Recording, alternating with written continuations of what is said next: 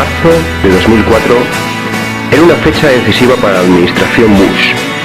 Se cumplía un año de la invasión de Irak y casi 3 de la guerra en Afganistán, siendo el rechazo a las mismas más amplio que nunca por parte de la opinión pública internacional. Las pruebas que vinculaban a Saddam Hussein con Al-Qaeda se desvanecían.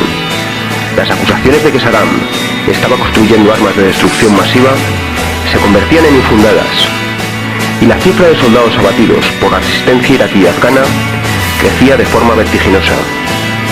Por otra parte, las elecciones presidenciales se acercaban y la popularidad de Bush había caído por los suelos. Exactamente, se encontraba 10 puntos por debajo de su rival, el demócrata John Kerry. Si los republicanos querían revalidar su mandato en la Casa Blanca y continuar con el macabro negocio de la guerra en Irak y Afganistán, iniciada por ellos mismos a partir del 11 de septiembre de 2001, necesitaban un golpe de efecto que movilizara nuevamente a la opinión pública norteamericana en pro de su guerra mundial contra el terrorismo, pues el 11S quedaba ya muy lejos. Ese golpe de efecto serían los atentados del 11 de marzo de 2004 en Madrid, donde morirían 192 personas y más de 2.000 resultarían heridas de gravedad. Exactamente 911 días después de los atentados de Nueva York y Washington. 911, una cifra en la que al separar el 9 del 11 obtenemos la fecha en inglés de dichos atentados. ¿Casualidad? ¿O algún tipo de clave secreta militar? A las pocas horas del atentado, Bush diría: los asesinatos de Madrid nos recuerdan que el mundo civilizado está en guerra. Nunca antes un suceso allende los mares había tenido tanta repercusión en los medios de comunicación estadounidenses. George Bush se colocaba 7 puntos por delante de Kerry. Por otro lado, el 1 de marzo de 2004, y solo un día después de la visita del secretario general de la OTAN al Estado español, esta organización publicó una nota de prensa en la que anunciaba que iba a realizar su ejercicio anual de gestión de crisis CMX del 4 al 10 de marzo de 2004 en diversas capitales de los Estados miembros. Una de ellas sería Madrid. El ejercicio consistiría en un simulacro de una operación antiterrorista en el que intervendrían multitud de personal militar y civil vinculado a la OTAN, que tendrían vía libre durante aquellos días para moverse por Madrid con toda clase de material militar, algo que llevaron a cabo con total impunidad y sin control alguno por parte de las autoridades locales. Al día siguiente de que la OTAN diera por finalizado su ejercicio antiterrorista, sucedía la tragedia.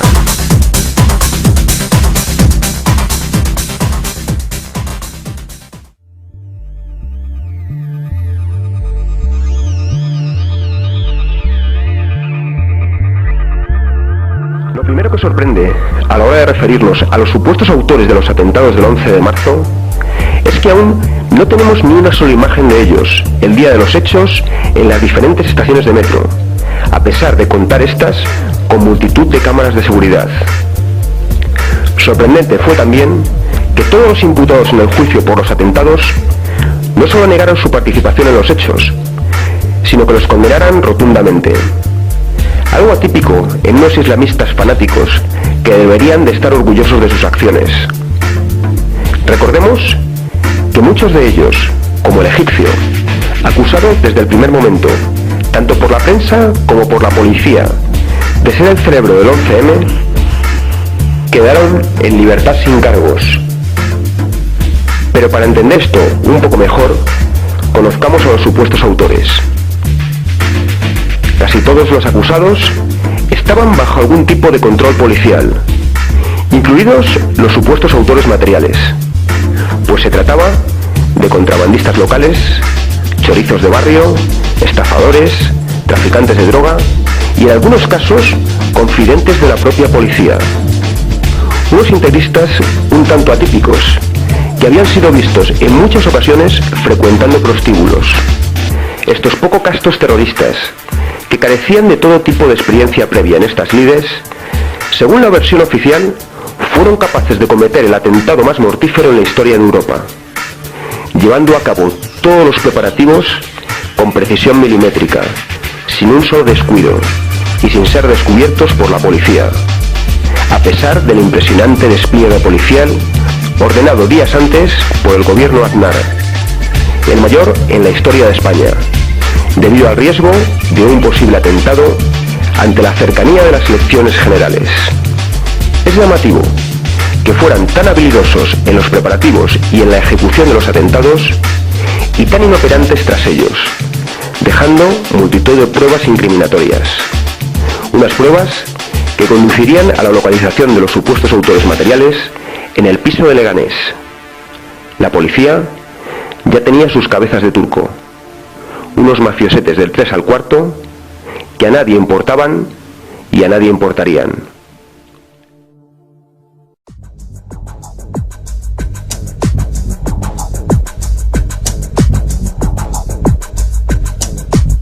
Lo sucedido en el piso de Leganés es uno de los puntos más oscuros de este caso.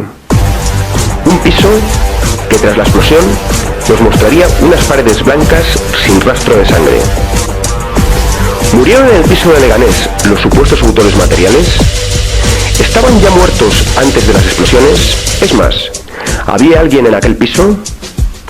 Hasta la fecha, no se ha mostrado a la opinión pública ni una sola prueba que demuestre que los terroristas murieron como consecuencia de la explosión. Con la desaparición de estos, desaparecía la posibilidad de que pudieran defenderse de los cargos que se les imputaban. Algo muy similar le sucedió a Harry Lee Oswald, el asesino oficial de Kennedy, quien murió cuando se dirigía a prestar declaración ante el juez a manos de un pistolero a sueldo de la CIA. Según la versión oficial, los terroristas se inmolaron una vez el piso había sido desalojado y al sentirse acorralados por los geos. Una versión que nos despierta múltiples interrogantes. ¿Por qué unos terroristas que no habían optado por el suicidio en los atentados del 11M, algo que hubiera dotado de mayor precisión a los mismos, deciden inmolarse ahora? ¿Por qué esperan a que el piso sea completamente desalojado, pudiendo haber causado otra masacre de haberse suicidado un poco antes? Más, teniendo en cuenta que el edificio no empezó a desalojarse hasta 5 horas después de la llegada de los primeros efectivos policiales. También es casualidad que en el momento de ser descubiertos se encontraran juntos la totalidad de los supuestos autores y que dispusieran del material necesario para inmolarse y para hacer detonar los explosivos, algo que exige su tiempo. Por otro lado, según el testimonio de expertos en explosivos, tanto las explosiones de los trenes como las de Leganés se asemejan más a las de los explosivos de tipo militar que a la goma 2 u otros de los que habló la prensa y la policía, pues la explosión provocó humo, pero no fuego, es decir, lo mismo que provoca un explosivo militar como el C3. Rocambolesca es también la historia del geo que muere en esta intervención, del cual nunca se nos mostró ni una sola imagen, y que supondría la primera muerte en acto de servicio de un miembro de este cuerpo en toda su historia. Según la versión oficial, moriría como consecuencia de la explosión. Sería enterrado a toda prisa y su cuerpo profanado a los pocos días por supuestos familiares de los islamistas muertos. Un hecho que, de haber sido investigado, jamás se ha hecho pública la autoría del mismo. Finalmente, el cuerpo del geo, con la excusa de evitar que volviera a ser profanado, se incinera. De esta forma, desaparecía la posibilidad de realizarle una nueva autopsia en un futuro. En muchas ocasiones, a quienes denunciamos estos hechos como conspiraciones del poder para mantener su hegemonía, se nos exige pruebas. ¿Pero qué pruebas podemos aportar si se nos niega el acceso a ellas o simplemente son destruidas? Un ejemplo de esto último lo constituye la destrucción a los pocos días de los vagones de metro. Yo creo que la verdad de lo ocurrido en el 11M estaba en los trenes, ahí estaba todo. Yo creo que es evidente que había alguien que quería que no se supiese exactamente lo que había ocurrido o que quería que se pensase que había ocurrido una cosa distinta de lo ocurrido. Y entonces para eso había que destruir los trenes. Pues este libro aporta sobre todo, fundamentalmente, lo que ocurrió con los trenes después del atentado, con los trenes y con lo que se sacó de los trenes. He hablado mucho de que los trenes fueron destruidos rápidamente, pero pocas veces ha dicho, yo creo que nunca, no lo he visto escrito en ningún sitio, el detalle de lo que pasó con cada uno de los trenes, cuál fue su final, a dónde se llevó y más o menos en qué fechas fue destruido cada uno de ellos, y sobre todo que hubo uno de ellos que no se llegó a destruir, sino que se reparó y sus restos se conservaron durante 8 años después. Se sabe, sí, lo que ocurrió bastante bien. Lo que es difícil de saber es los motivos que llevaron a eso. Eso es lo que está en el misterio. En todo el sumario no hay datos de la orden o del permiso de la autorización judicial que tuvo que haberla, o teóricamente tuvo que haberla, si no se lanzaron por las buenas a hacerlo sin permiso, sobre esa destrucción de los trenes. Tuvo que haber alguna consulta. Es que incluso cuando alguien pregunta al tribunal que quiere visitar los trenes, poco antes del juicio, en la Audiencia Nacional, lo que hace es coger el teléfono y llamar a Renfe preguntando por los trenes. Ya en 2007. No, eso no se sabe en absoluto. No hay manera de saberlo. En principio, el dueño de los trenes, que fue Renfe era la dueña de los trenes, tuvo que participar en esa orden. Tuvo que por lo menos seguir la orden o tomarla por su cuenta los directivos de Renfe sin que nadie se lo ordenara. Pero nadie podía actuar sobre los trenes sin que Renfe lo autorizara o lo ordenara, lógicamente. Simplemente accidentes que supongan un corte de la vía, y más aún si hay víctimas, Renfe internamente hace todo un informe detallado de todo lo que ha ocurrido, si ha habido heridos donde han ido, si ha habido fallecidos que medidas han tomado con ellos, los trenes, cómo se ha hecho para restaurar la circulación por la vía. Si eso se hace en un accidente, cuánto más tendría que haberse hecho, y seguro que se ha hecho, estoy convencido que se ha hecho, en un atentado de las características del atentado del 11M. Además hay una cosa, que normalmente siempre cuando hay víctimas y hay un proceso judicial, el juez siempre pide a Renfe que le facilite ese informe, y ese informe pasa a la causa, normalmente se incorpora a la causa. Sin embargo, aquí no se sabe que el juez lo haya pedido tampoco. La policía científica, todas las muestras que hace, pues las hace un inventario de ellas, las fotografía, las explica lo que son. Sin embargo, las muestras que fueron a los TEDAS, al laboratorio TEDAS, que fueron todas las demás, no hay ni acta de recogida de muestras, ni se sabe qué muestras son. El laboratorio las analiza todas en su conjunto, pero no especifica, hemos analizado un tornillo de tales características, nada, absolutamente nada. Es asombroso que con 10 focos de explosiones, que al final no se sepa qué explosivo ha habido. La ropa de la víctima desapareció también. Como no la hay tampoco de una cosa muy importante, que es los algodones con acetona y agua, que eso consta en el acta. Hay peritos que dijeron, que declararon que habían tomado esas muestras.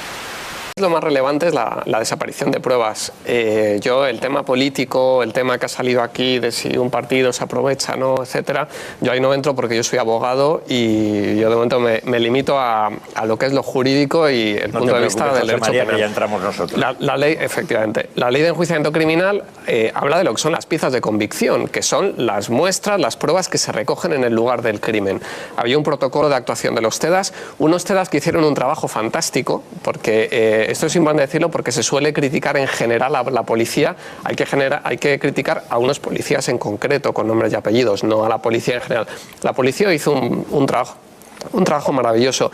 En concreto, los TEDAS hicieron un trabajo ese día, recogieron un montón de muestras, recogieron tierras de los cráteres, de las explosiones, de la ropa de las víctimas, algodones con agua y con acetona impregnados del explosivo.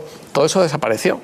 Hay un momento en que llega el señor Sánchez Manzano, hay un procedimiento contra el señor Sánchez Manzano en el juzgado número 6 de Plaza de Castilla, un procedimiento que, repito, no está cerrado, y el señor Sánchez Manzano se hace con esas muestras, se las llevan en unos coches de la estación de Atocha, de la estación del Pozo, y no se ha vuelto a saber de esas muestras.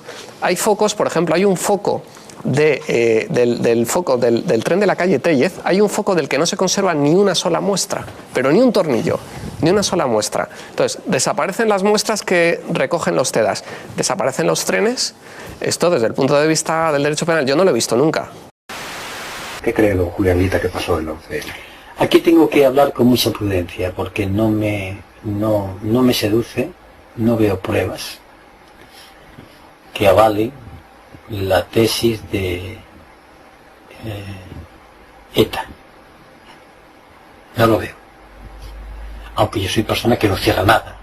Siempre tengo, mientras yo no sepa las cosas, siempre hay una lucecita.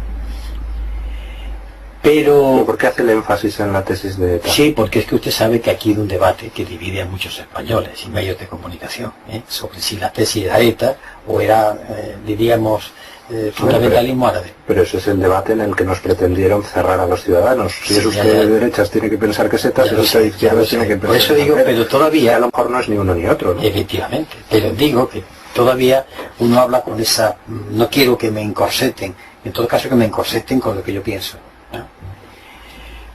Pero yo creo que ha habido mucha ligereza.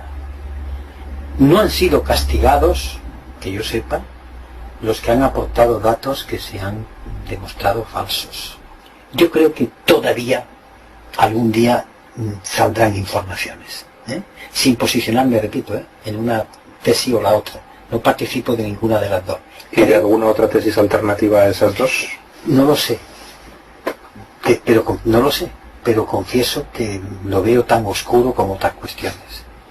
¿Por qué? Porque otra vez estamos con implicaciones fuera de España, de alta política. Justicia. A todos los españoles se nos mete en una disyuntiva. Si es usted del PP, tiene que creer que ha sido ETA, y si es usted del PSOE, tiene que creer que ha sido Al-Qaeda. Pues no fueron ni ETA ni Al-Qaeda, hombre. La duda a estas alturas, y desde hace ya mucho tiempo, don Pedro, es si fue un golpe de Estado interno o un golpe de Estado con inspiración exterior.